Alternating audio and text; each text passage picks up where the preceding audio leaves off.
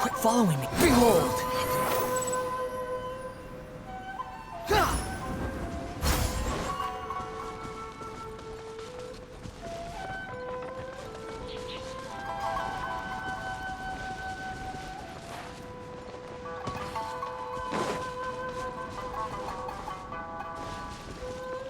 The wind rises.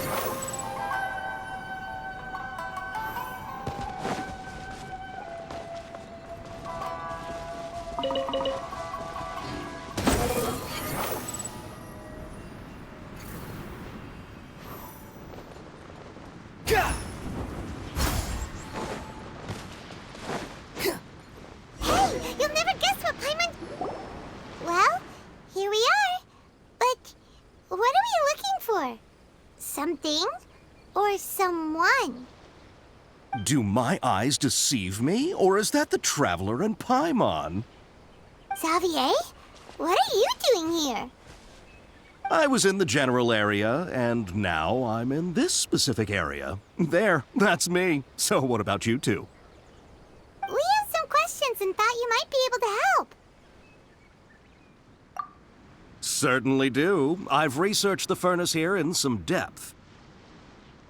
If there's anything you want to know, just ask away. Like the back of my hand. Make no mistake, I have been here a good many times before. Not only that, but I've met people in Inazuma whose families used to live in Tatarasuna years ago. They said it's all true, the history here. Oh, well, it's a long story, don't you know? The tale of Tatarasuna starts a long time ago.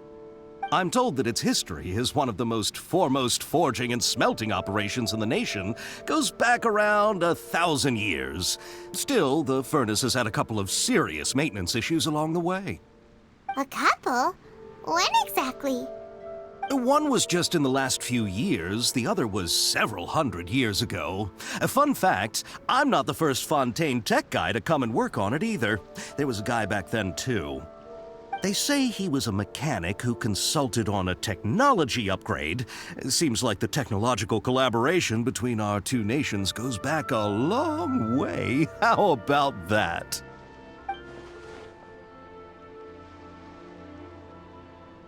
Hey, weren't you gonna ask Xavier something about Tatarasuna?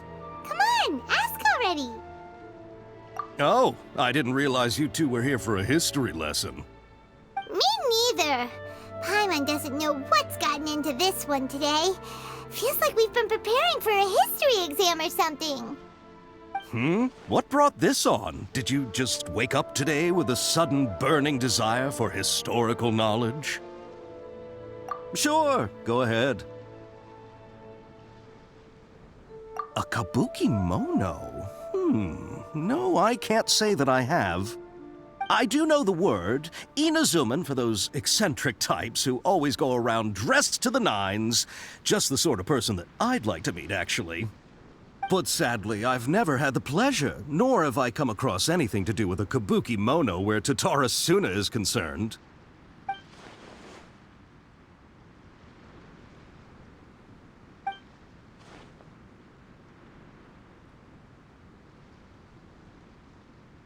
Of course! Don't mention it. Oh, we're leaving? Okay, bye, Xavier. Oh, you're most welcome. More than happy to help. Farewell. Looks like you got all the information you're looking for. Sure, but what's up with you today? Whatever it is, it seems like it's really troubling you. Keep your smile, Spinal Crocodile. No matter what happens, Paimon will always be there for you. Hey, don't mention it. All right, let's head off and go meet Nahida.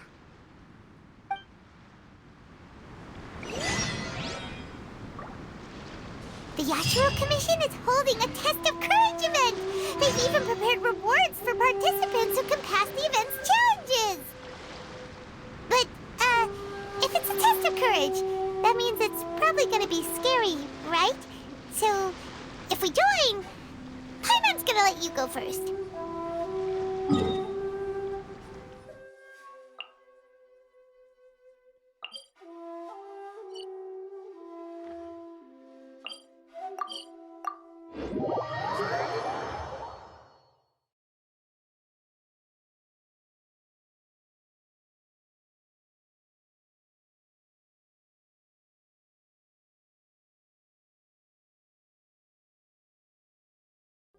Squall and Fury.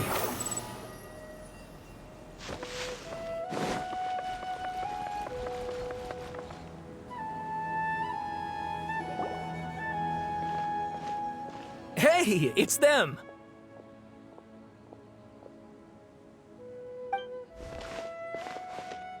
Akaba, Sawada, you're still here?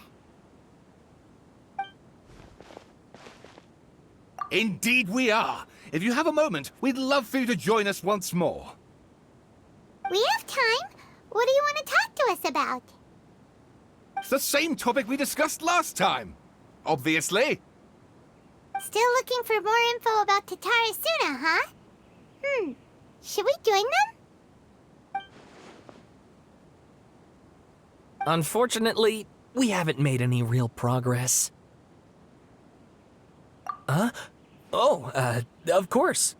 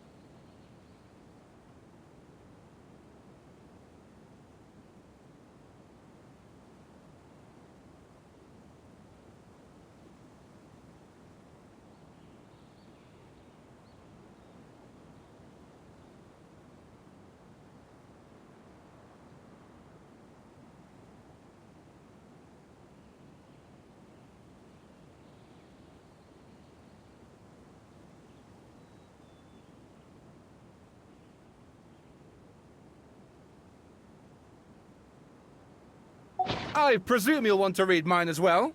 Here.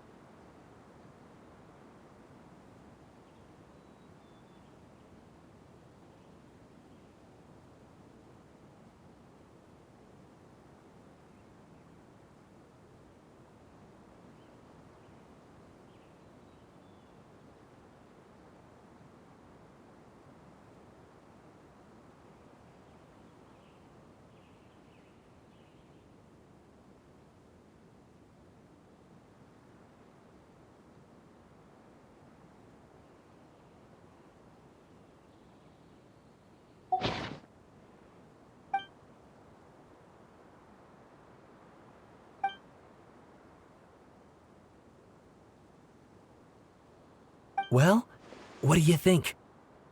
Hey, Traveler. Remember how last time Akaba was saying how he wished he could gather more information about all this?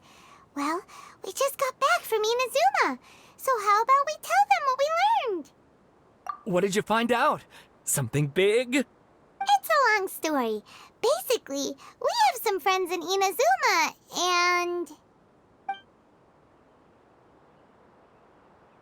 Wow, so many new details. Thank you so much for sharing that with us. Well, well. So it all comes down to one man's desire for revenge. Huh. You heard this from a member of the Amanoma clan, you say? Then I guess it must be true. Ugh. So there's no ghost story here after all. This new information actually lends further credence to my hypothesis. Evidently, swordsmiths were seen as having an incredibly prestigious role in society those days, to the extent that harming them was conceived of, at least by the perpetrator, as a way of exacting revenge against those in power. Yes, okay, point taken, you were right. But that doesn't mean I can't carry on with my novel. And they're back at it. These guys are really into this. Oh, so sorry. Look at us, prattling on about our projects and ignoring you. Thank you so much for the information. You're welcome. See ya. Keep us in the loop if you find out anything else. Will do.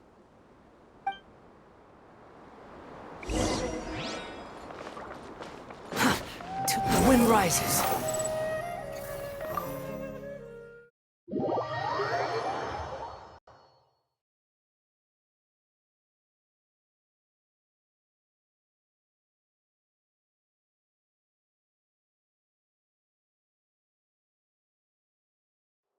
Squall and fury.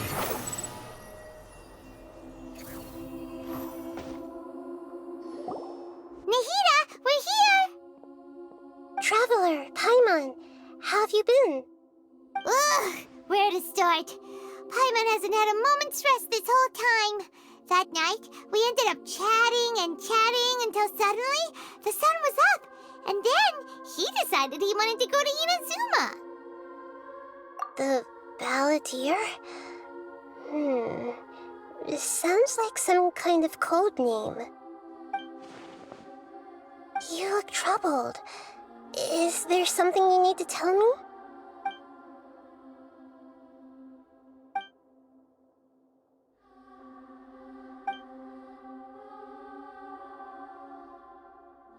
Traveler?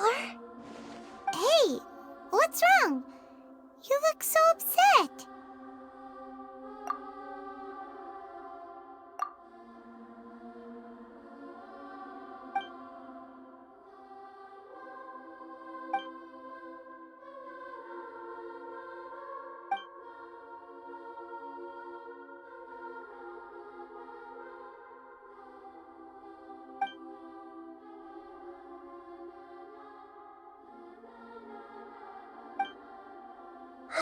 That's quite a story. So, this puppet known as the Balladeer erased himself from Irminsul, hoping that he could change the past. But how was he even able to do that? As the Traveler said, he very nearly became Sumeru's deity. Admittedly, I remember it a little differently. I don't recall finding anyone inside the machine after we defeated it. Nevertheless, it does make sense. If someone were to successfully erase themselves from Irminsul, the world would change to reflect the new reality. So, you believe this person really existed, and we just don't remember him because... well, because he literally changed the world? Yes. Theoretically speaking, it is possible to do this. But I'm struggling to imagine the kind of person who would dare go through with it. The Traveler comes from a world beyond Tevat. That's why there's no information about him in Irminsul, and it also explains why any changes to Irminsul wouldn't affect him. So if there's anyone in the world capable of retaining memories from a past that has been rewritten, it's you. It's quite incredible when you think about it. Paimon's having a hard time understanding this Balladeer guy's motivations. Why did he do it? I can only make inferences based on the information we've been given. As for what kind of person he was, only you remember that.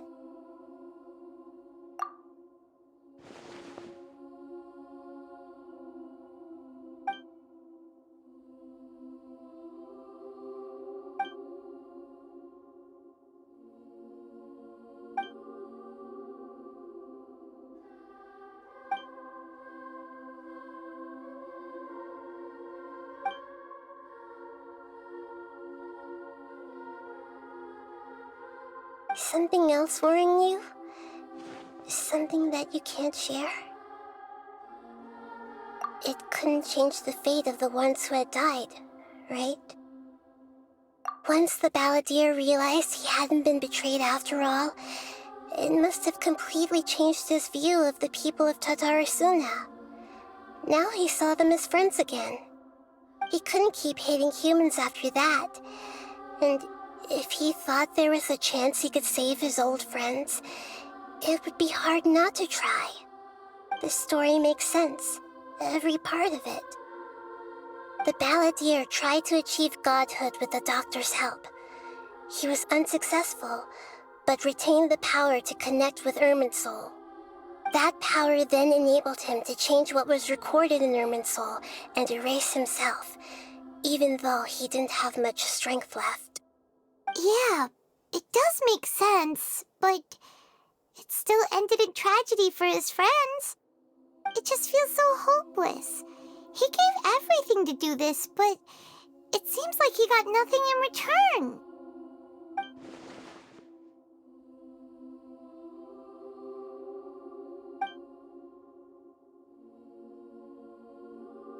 Please wait a moment. I want to check something. Found it. This should be the one. It turns out that I have a strange way of confirming everything he has told us. What is it? A record from a personal collection. It was tucked away in a corner. You should take a look.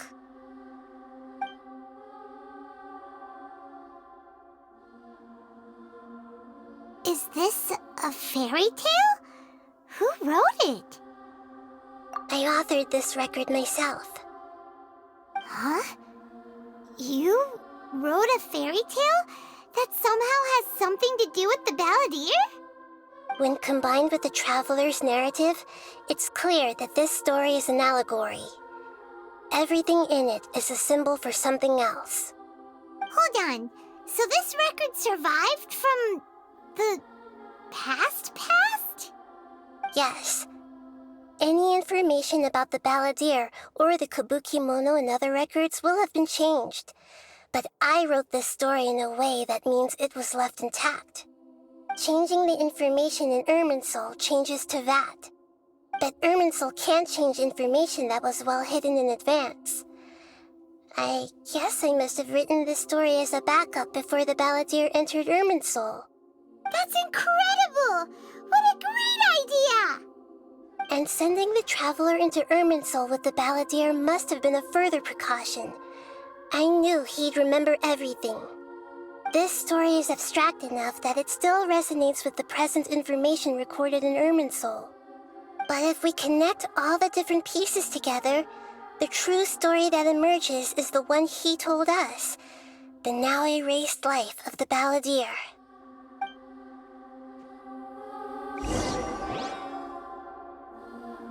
There was once a lone monster draped in fox fur.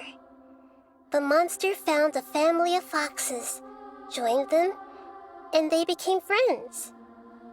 The monster lived with the family day and night, and everyone treated it as one of their own. Once in a while, the monster would take off its fox fur at night and lament to itself as it gazed at its reflection in the water. I am a monstrosity, yet they are too foolish to see it. I pity them. But the monster soon found solace when another came to live among the foxes who was not their kin. A kitten, carved from the wood of a white tree who had been abandoned by the humans. The kitten too wished to become a fox, but its tail was too slender and it could not grow a coat of richly colored fur. Yet when the other foxes saw this, they spoke words of comfort to the kitten. Even without a tail and fur like ours, you are still one of us. Furious at this happy resolution, the monster lit a fire on the mountain. The terrified animals panicked as the fire spread. The only way to extinguish the flames was to make a sacrifice. A gray fox stood up and addressed the monster. It said, "You are the cleverest among us. Surely you can help us find a way to solve this. The monster smiled, led the fox toward the fire, and murdered it. The gray fox's heart was turned into a beautiful drop of water, clear, spotless, and pure. The monster gave the heart of water to the kitten, telling him, "The foxes have decided. You are the one who must be sacrificed. Take this, quench the flames, and die for your fox kin." The fire was extinguished, but the kitten lived. It left that side of the mountain and found a little bird who had a broken wing. The two promised they would spend their whole lives together, but the little bird did not have long left to live. It passed away soon after. After burying the bird, the kitten left the mountain for good.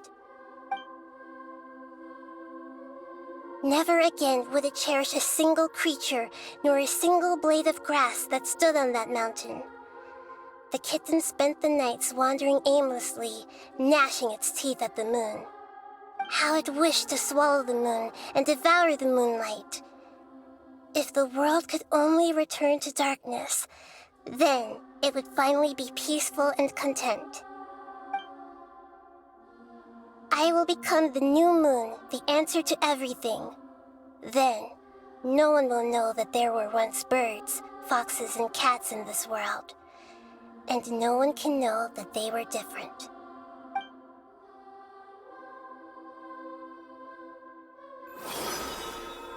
We solved it! I remember now. This is not just the Balladeer story. It is his very own memories. I made a backup so that it would be preserved no matter what happened. To become a god, he was experimented on and modified countless times. It was brutal torture, and the only reason he was able to survive is that he was a puppet. This memory was extracted from him by the scholars.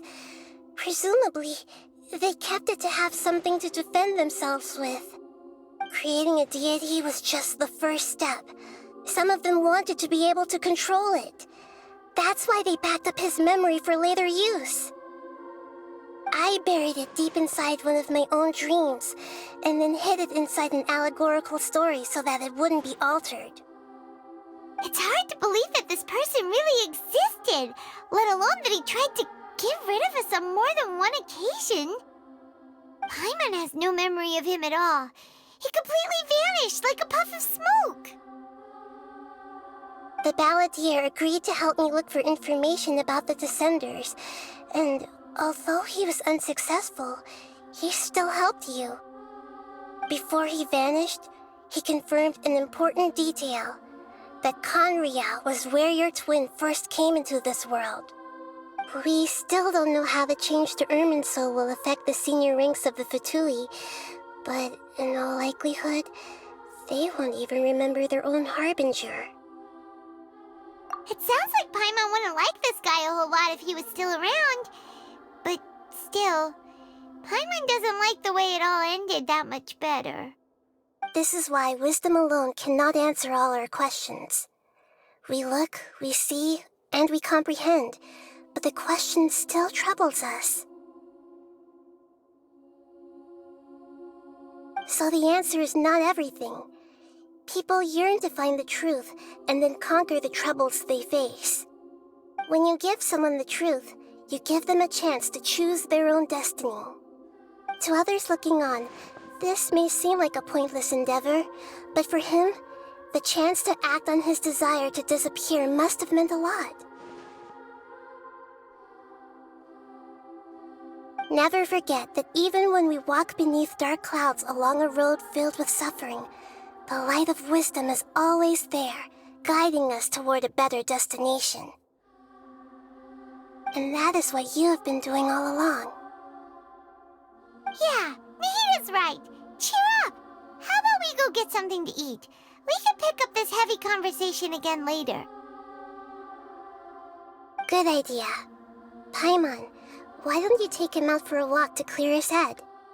You got it! Come on, Traveler! You need to get out of your head for a while. You'll feel much better after taking a walk. Let's go get a snack from one of the stalls in the Grand Bazaar! That'll be sure to lift our spirits! It must be really tough being the only one who remembers all that, but Paimon's always here to help cheer you up. There's a few things I'd like to look into. You should go take a walk and try to unwind.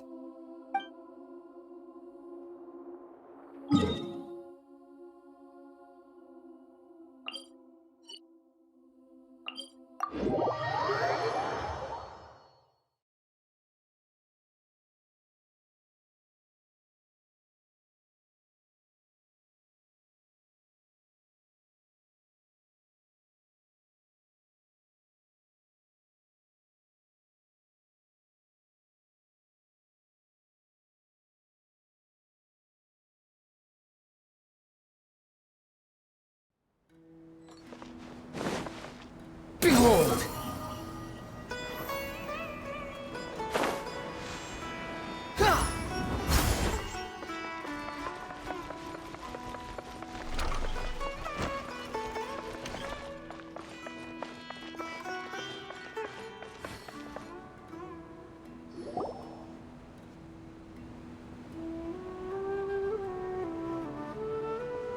We're here! What should we eat first?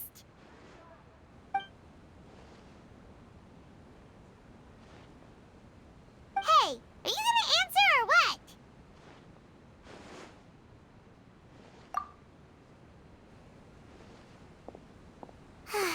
All right, whatever you want. Well, Paimon will be right here when you figured stuff out. Then we can get something to eat.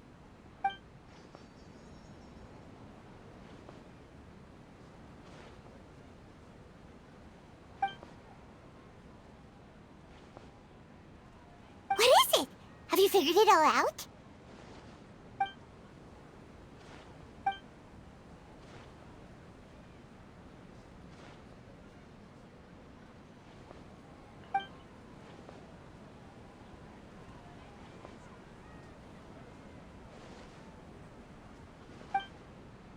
Why'd you jump up all of a sudden?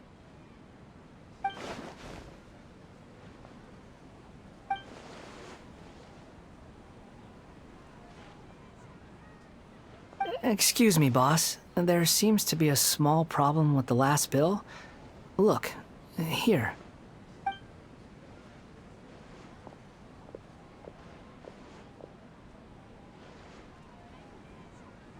Hey! Hey, wait! You mean me? No, not you. That kid! Didn't you see? Little rascal grabbed my last 2 fresh Sunsettias and ran off. Look, if you're gonna help out here, you can't keep spacing out, okay? What is it? The work's too boring for you? Or has the big city got too many distractions? I wasn't paying close enough attention. Sorry, boss. I think you're right. Maybe it's the city. It's so exciting. It can be hard to focus.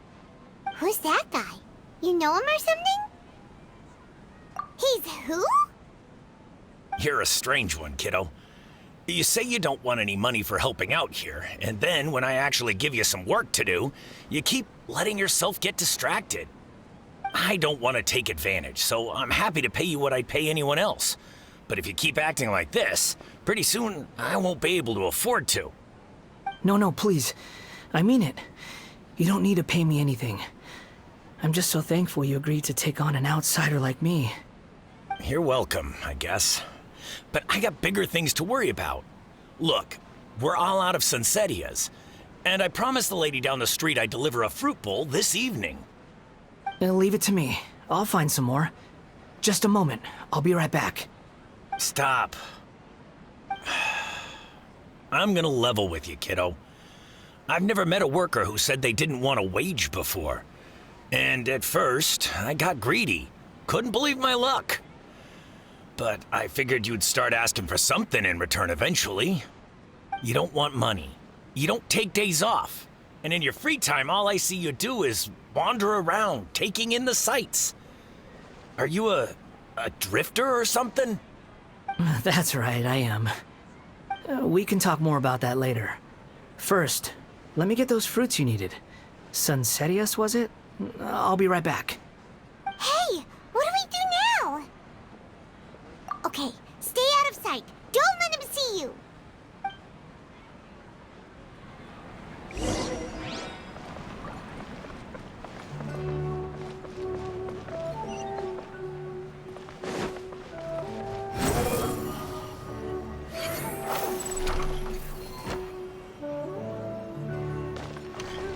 Wretched vermin!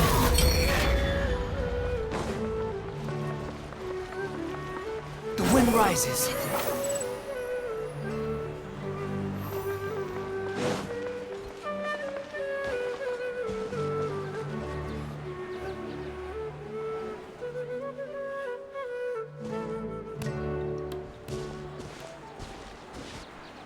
Yeah, this'll do. Even though you say he's the balladeer, what are we planning on doing? Stealing his Sunsetius? Isn't that a bit too cruel? Oh, all right. This should be enough. Guess I should wash them before I take them back.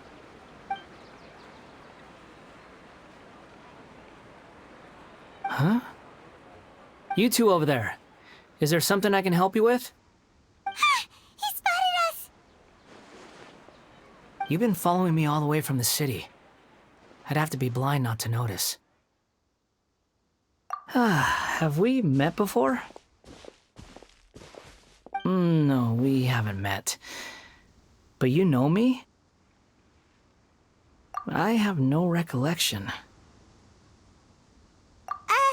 Are you absolutely sure? Sorry, but I just can't take your word for it. A puppet? What makes you think that? Huh? You were right! The look on his face! I guess you do know me after all. That is not something I share with a lot of people.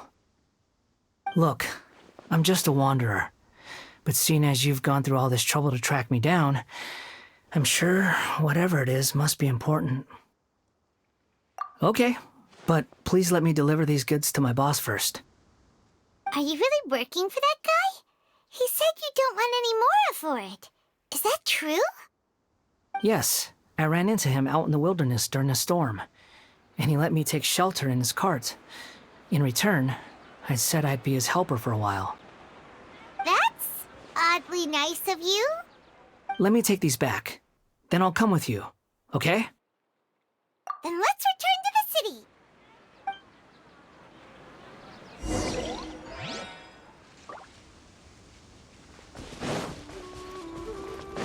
Behold!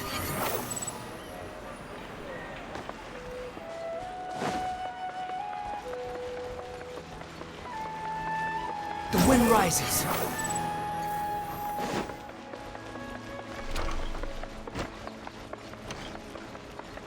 Behold!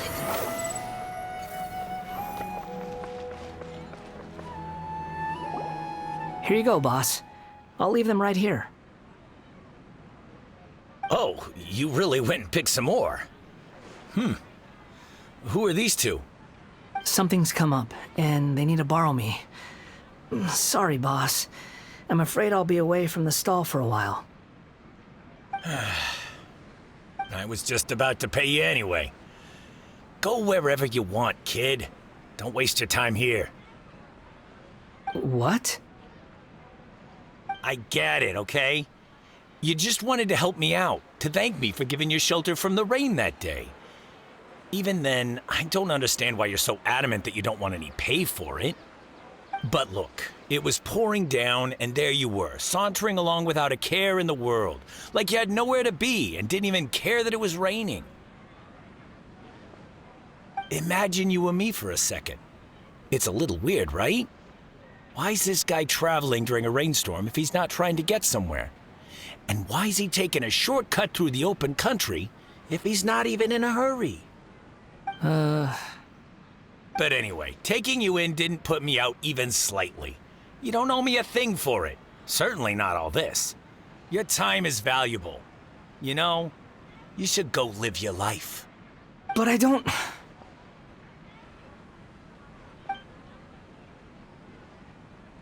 No, you're right. Then I suppose this is where we say goodbye. Thank you again for taking me into the city. Don't mention it, kiddo. I've run into all kinds of characters over the years. I just hope you find your path. Thank you. All right, done. Thanks for waiting for me. We can go now.